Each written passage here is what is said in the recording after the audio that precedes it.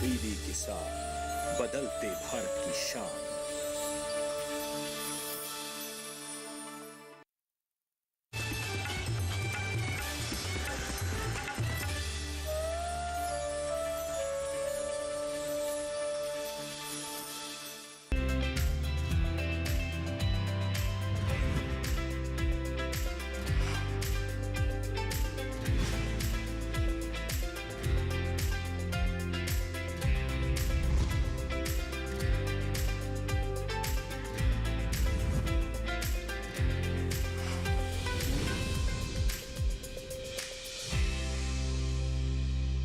नमस्कार, आप देख रहे हैं दूरदर्शन किसान। कार्यक्रम सफल किसान में आप सभी का स्वागत है। मैं हूं आपके साथ मोनालिसा। सफल किसान एक ऐसा कार्यक्रम है जिसमें हम आपको देश के कोने कोने से उभरती प्रतिभाओं से रूबरू कराते हैं, जिसमें कृषि और पशुपालन और इससे जुड़े स्टार्टअप्स की ऐसी जानकारी होती है जो किसानों और कृषि के बारे में सोच बदलने में कारगर है।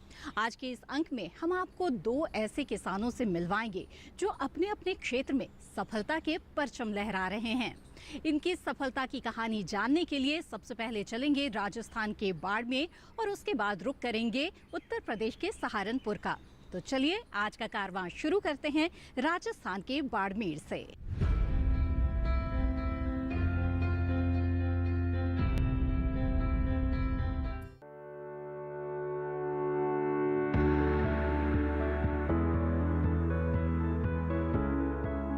राजस्थान का बाड़मेर जिला दूसरा सबसे बड़ा जिला है।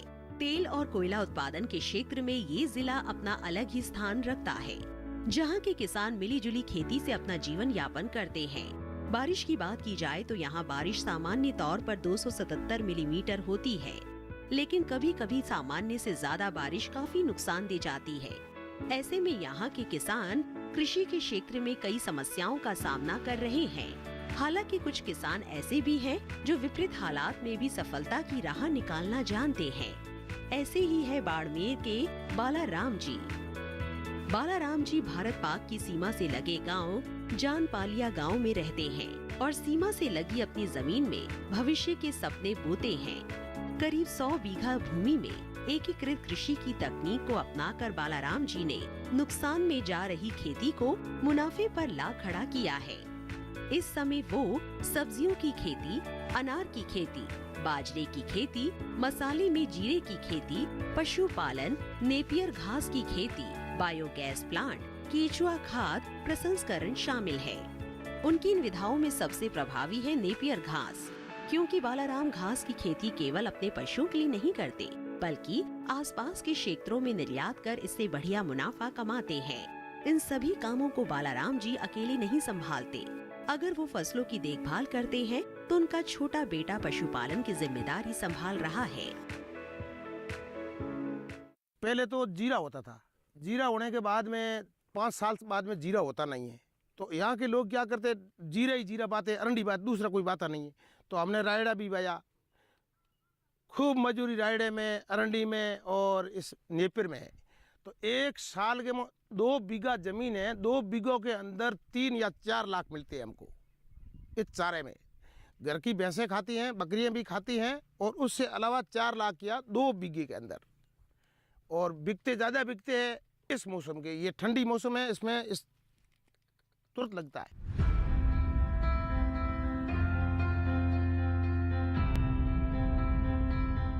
बालाराम जी की खेती के बारे में विस्तार से जानने से पहले आइए समझते हैं नेपियर घास के बारे में।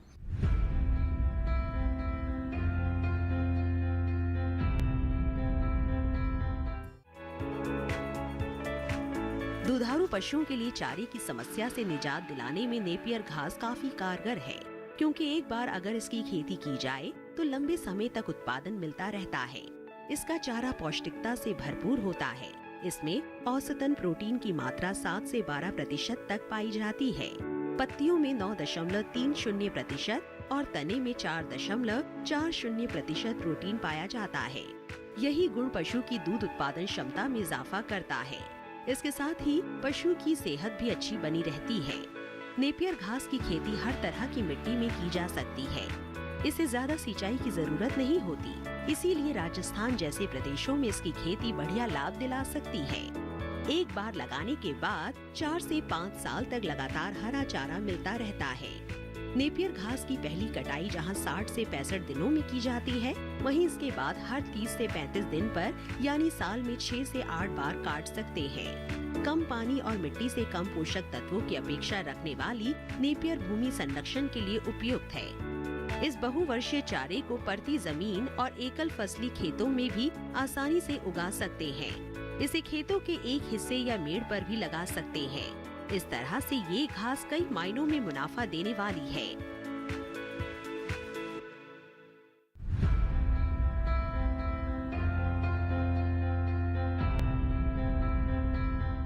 नेपियर घास के बारे में तो हमने जानकारी ले ली, लेकिन इससे हमारे आज के सफल किसान बालाराम जी कैसे मुनाफा कमाते हैं, आइए जानते हैं।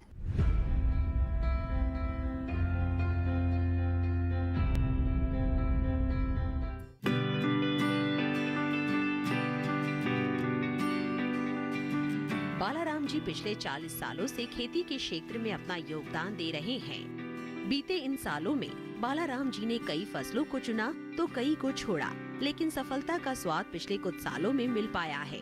खेती में आ रही समस्याओं के लिए उन्होंने कृषि विज्ञान केंद्र से संपर्क किया, जिन्होंने उन्हें नेपियर घास उगाने की सलाह दी। बालाराम जी शुरू से ही पशुपालन करते आ रहे थे, ऐसे में उनके लिए ये विकल्प अच्छे संकेत दे रहा था। लिहाजा बालाराम जी ने नेपियर घास उगाना शुरू कर दिया। आज उनका ये मुख्य व्यवसाय बन चुका है, क्योंकि तैयार चारा आसपास के कई जिलों में पहुंचाया जाता है, जिससे बालाराम जी को बढ़िया आमदनी हो रही है। मैं ये सोचा भाई कुछ आदनपन करूं, तो पहले लाइट ली मैंने नर्सरी लाइट लेके पहले तो मैंने जीरा बोया। उसके बाद में देखा भाई जमीन के अंदर दूसरा अनाज नहीं हो रहा, तब ये हरा चारा बोया। ये हरा चारा बिकता है तो कोई गौशाला के अंदर ले जाता है। यहाँ से अहमदाबाद गए, अजमेर भी गए, वलोत्रा भी गए, जोधपुर भी गए, बीकानेर भी गए और पालनपुर, डिसा, पाली सब जगह यहाँ से हरा चारा गया है। मेरी गाड़ी भर के मैं भेजता हूँ।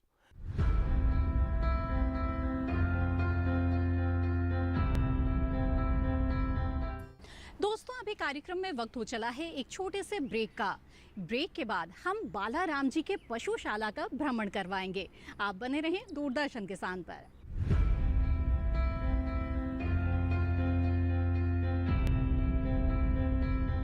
रोज सब्जी का स्वाद बढ़ाए और घर वालों का प्यार पाए। गोल्डी सब्जी मसाले, जहाँ जाए रिश्ते बनाए, गोल्डी मसाले।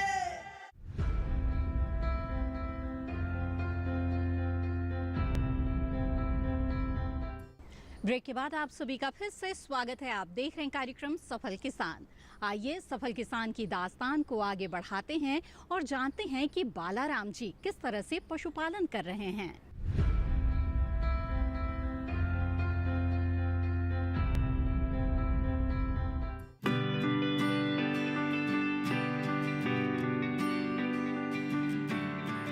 खेती और पशुपालन हमेशा से ही एक दूसरे के पर्याय रहे हैं। इसी को ध्यान में रखकर बालाराम भी पशुपालन करते हैं। उनके पास इस समय 15 गाय भैंस और करीब 60 भेड़ बकरी है, जो उनकी जीवन की गाड़ी को सुचारू रूप से चलाने में मददगार है। पशुओं की सेहत अच्छी रहे और दूध उत्पादन में इजाफा हो, इसके लिए बालाराम पशुओं को नेपियर घास के साथ अजोला भी देते हैं। अजोला की पूर्ति के लिए एक छोटे से पॉन्ड में अजोला उगाते हैं। पशुओं से मिलने वाले दूध को वो बाजार में सीधे नहीं बेचते, बल्कि दूध से घी बनाते हैं। वहीं पशुओं के गोबर का इस्तेमाल बायोगैस संयंत्र में करते हैं और स्लरी का उपयोग जैविक खेती में। इन सभी कामों में उनकी पत्नी और छोटा बेटा बराबरी से सहयोग करते हैं। वो बताते हैं कि उनकी मंशा थी कि उनके दोनों बेटे पढ़ लिख कर डॉक्टर बने। वर्तमान में उनका एक बेटा डॉक्टर बन चुका है, लेकिन दूसरे बेटे ने खेती और पशुपालन में उनका हाथ बटाने को ही अपना ध्येय बना लिया। मैंने यहाँ कुएं मोल खरीदे थे 2001 में। उसके बाद मैं काश्त कर रहा हूँ। ये नेपियर घास भी आया है और मेरे पास बकरियाँ भी है, भेड़ें भी है। और इस नेपियर 6 साल से ही लगातार होते रहते।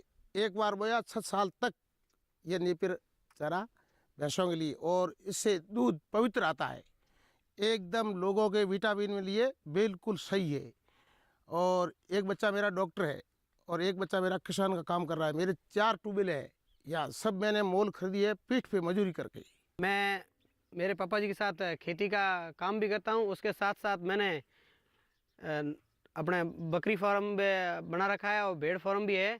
और गुड़ामलानी केवीके से आर्य परियोजना के वहाँ से ट्रेनिंग ली। उसके बाद मैं वैज्ञानिक तरीके से बकरी है, गाय, भैंस, भेड़ सब भी रखता हूँ। और उनके साथ और नवाचार में मैंने मेरे फार्म हाउस पे गोबर गैस प्लांट बनाया हुआ है और उसके साथ अजोला की इकाई बनाई हुई है और वर्मी कंपोस्ट भी है। और उसके साथ साथ केंचुआ खाद भी बनाते हैं, वेस्ट डिकम्पोजर और जैविक खेती करते हैं हम। और उसके साथ नेपियर घास भी लगाया हुआ है गाय भैंस के लिए, हरे चारे के लिए। और एक बार लगा देते हैं, 7-8 साल तक गाय भैंस बकरी खाने के लिए अच्छे चाव से खाती है। और उसके साथ हमारी इनकम भी डबल हो जाती है, क्योंकि एक बार ही लगाना पड़ता है, बार बार लगाने का कोई प्रोसेस नहीं है। और अच्छी तरह से और मुनाफा भी अच्छा होता है बकरियों में।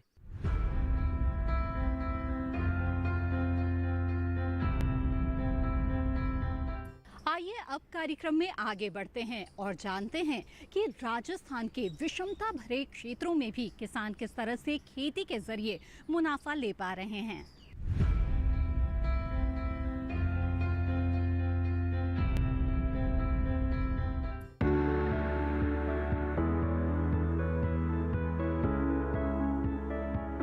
राजस्थान कई विषमताओं से भरा हुआ है।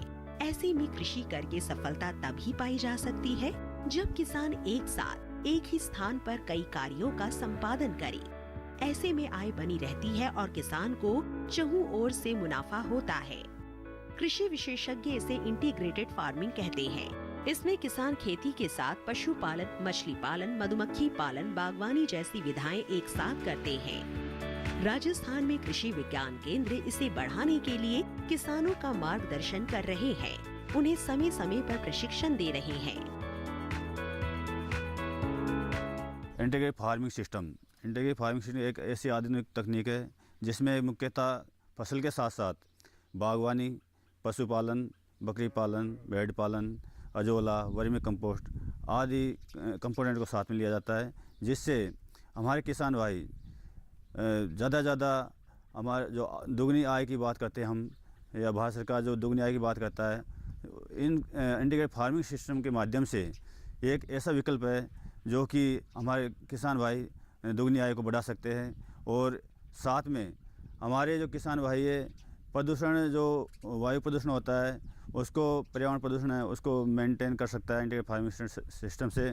साथ में वो रोज़गार की जो बात है, क्योंकि हमारे जो युवा है वो काफ़ी बेरोज़गार है, तो उनको भी एक इंटीग्रेटेड फार्मिंग सिस्टम है उसके माध्यम से अच्छा रोज़गार मिल सकता है। क्योंकि इसमें जो फसल है, फसल के साथ साथ में पशुपालन है या बकरी पालन है, भेड़ पालन है, इनमें भी इन कंपोनेंट को पालने के लिए साथ में हमारे युवाओं की ज़रूरत पड़ती है, तो उससे रोज़गार सृजन होता है। और इसी के साथ में हम जो इंटीग्रेटेड फार्मिंग सिस्टम है एक पर्यावरण को अच्छे से मेंटेन कर सकता है और लागत भी कम आती है, तो इन तरीक़ों से हम इनको मेंटेन कर सकते हैं।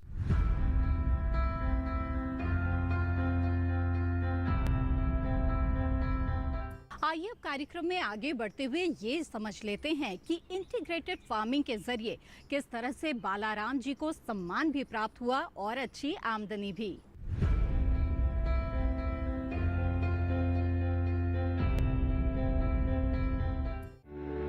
बालाराम जी बताते हैं कि उन्हें सभी विधाओं से सालाना 10 लाख तक की आय हो रही है, लेकिन आने वाले समय में उनकी ये आय और बढ़ने वाली है, क्योंकि बाग में लगे अनार के पेड़ जब फल देना शुरू करेंगे तो और अच्छा लाभ मिल सकेगा।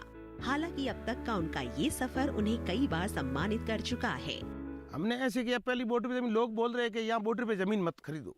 मैंने ज़मीन खरीदी तो उस टाइम में क्या हुआ कि नहीं, पैसे की भी कमी थी, इंसान की भी कमी थी, यहाँ के लोग सब मजदूरी पे चले जाते थे, तो 1-2 आदमी कभी घूम के यहाँ लेके आ रहे थे। तो फिर ये खेती करनी शुरू की। इसमें हमारे 1 साल के अंदर मेरे अकेला में, मैं और मेरी औरत दोनों 10 लाख 11 लाख 10 लाख 11 लाख की कमाई मिलती है हमको। 10वें महीने में शुरू करता सीजन और मार्च में 10-12 लाख रुपये कृषि करने किया मैंने।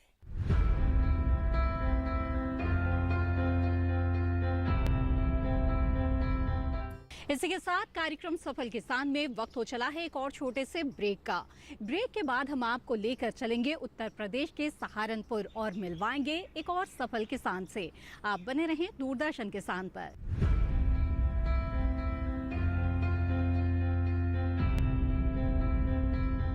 रोज सब्जी का स्वाद बढ़ाए और घर वालों का प्यार पाए। गोल्डी सब्जी मसाले, जहाँ जाए रिश्ते बनाए गोल्डी मसाले।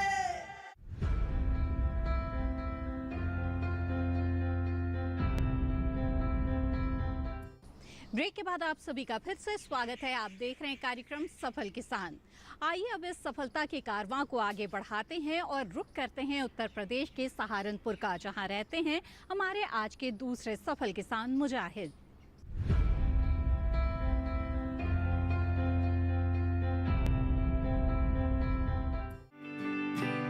दूर तक फैला आम का ये बाग लंबे समय से एक परिवार का भरण पोषण कर रहा है। जीवाला गांव के रहने वाले मुजाहिद करीब 100 बीघे में आम की बागवानी कर रहे हैं। उनके कुछ पेड़ों की उम्र बताती है कि ये जिम्मेदारी उन्हें परंपरागत तौर पर मिली है। इस समय उनके बाग में करीब 800 आम के पेड़ लगे हुए हैं, जिनमें लंगड़ा किस्म के 500 पेड़, चौसा किस्म के 100 पेड़, गुलाब जामुन किस्म के 80 पेड़, देसी किस्म के 50 पेड़ शामिल है।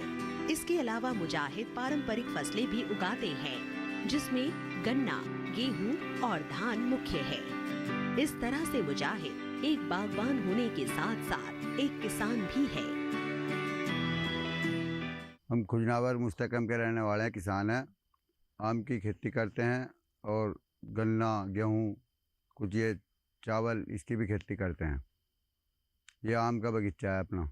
लगभग हमारे बगीचे में 80 पेड़ तो हैं गुलाब जामुन के और 500 पेड़ लंगड़े के हैं, लगभग 100 पेड़ चौसे के हैं और 20 पेड़ जो है राम केले के भी हैं और कुछ देसी के भी हैं 50-100 पेड़ के करीब, और 2-4 पेड़ और वैरायटी भी हैं, किस्म है, जैसी मालदा है, ऐसी किस्म है, ढींगा है, उसके भी हैं 10 पेड़। तो इस हिसाब से इसमें कम से कम 800 पेड़ हैं बाग के अंदर हमारे, और एक पेड़ का औसत कम से कम 2-2.5 क्विंटल आम का है।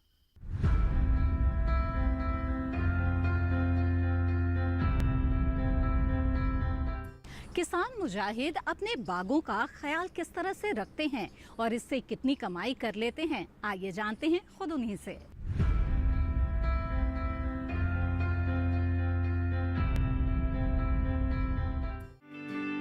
किसान की हर सफलता के पीछे उसके द्वारा उठाए गए छोटे छोटे लेकिन महत्वपूर्ण कदम होते हैं।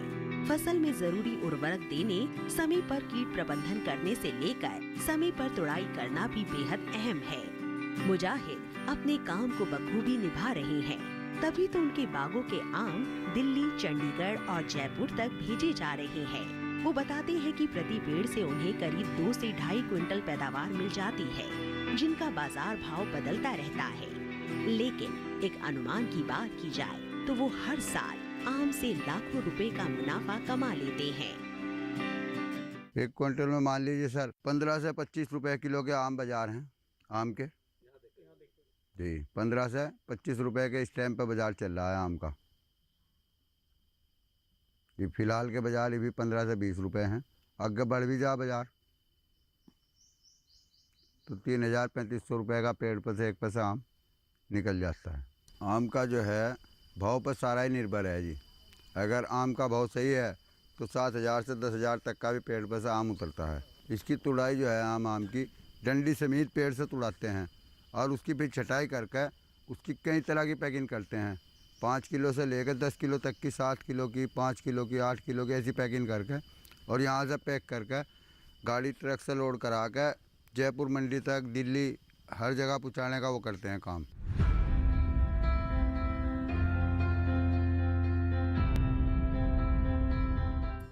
तो देखा आपने, हमारे देश के अन्नदाता किसान किस तरह से कठिन परिस्थितियों में भी सफलता की राह बना रहे हैं।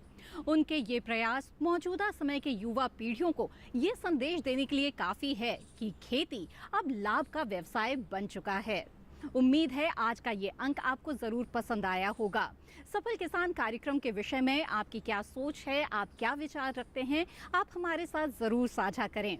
आप हमें ईमेल भेज सकते हैं। हमारा ईमेल आईडी है safalkisandd@gmail.com। आप चाहें तो हमें पत्र भी लिख सकते हैं। हमारा पता है सफल किसान, कमरा नंबर 110, CPC दूरदर्शन खेलगांव, नई दिल्ली 110049। इसी के साथ सफल किसान की आज की कड़ी में बस इतना ही। फिर लेकर आएंगे कुछ और सफलता की कहानियां। तब तक के लिए दीजिए इजाजत। आप बने रहें दूरदर्शन किसान पर। नमस्कार।